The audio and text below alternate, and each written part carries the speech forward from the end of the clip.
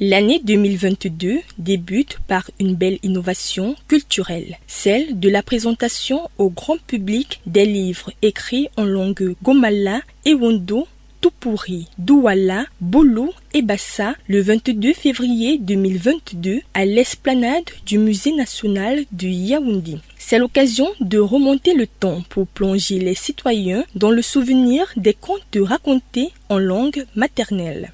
Dès le 22 avril, la Société nationale camerounaise de l'art musical, en abrégé Sonacam, est secouée par une bataille judiciaire. Les artistes mécontents pointent du doigt la gestion des droits d'auteur par cette équipe. Ils accusent à Tébazor PCA en exercice à la Sonacam de n'avoir pas procédé à des répartitions trimestrielles tous les 9 mois, une promesse non tenue.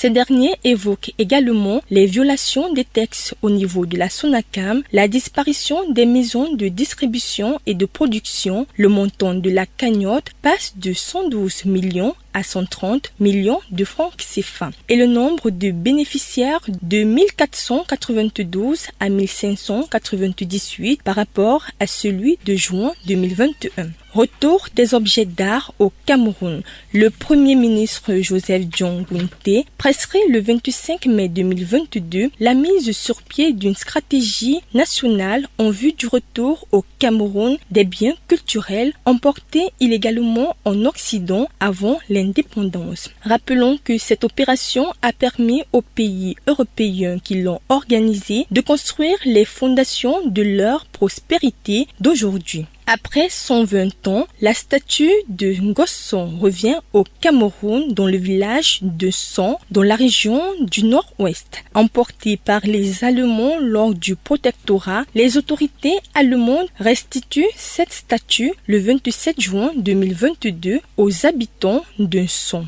Cette relique coloniale retrouve sa place au sein du royaume Son, où elle a été volée en 1903 par l'officier Kurt von Pavel de l'ex-Prusse, devenu un territoire allemand. 685 artistes, musiciens, producteurs et éditeurs de musique reçoivent le 18 août 2022 plus de 340 millions de francs CFA en termes de droits d'auteur et droits de voisins dans le cadre de l'épurement de la première partie des arriérés CMC SOCAM 2005-2009.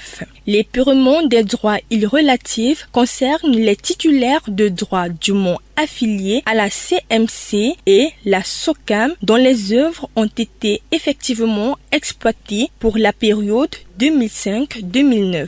Le retrait des feuillets a eu lieu dans les 10 régions du pays. En prélude à la célébration des 40 années de l'accession de Paul Biya à la tête de l'État du Cameroun, le ministre de la fonction publique et de la réforme administrative Joseph Lé annonce la dédicace de son livre L'an 40 du renouveau national. Ce livre revient sur les progrès réussis par le Cameroun sous la présidence du chef de l'État Paul Biya.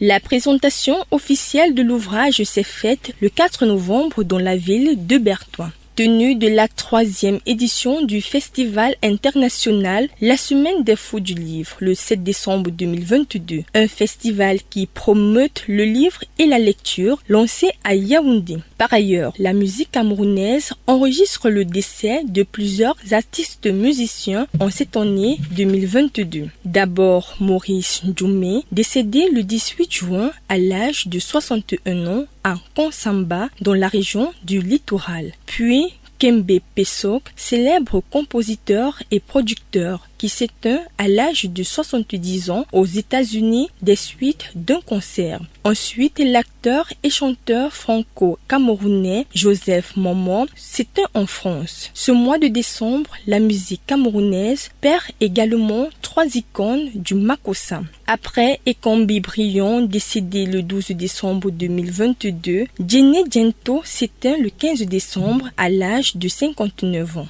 Puis Penda Dallé, un baobab de la musique camerounaise qui décède le 26 décembre 2022 à Paris à l'âge de 64 ans.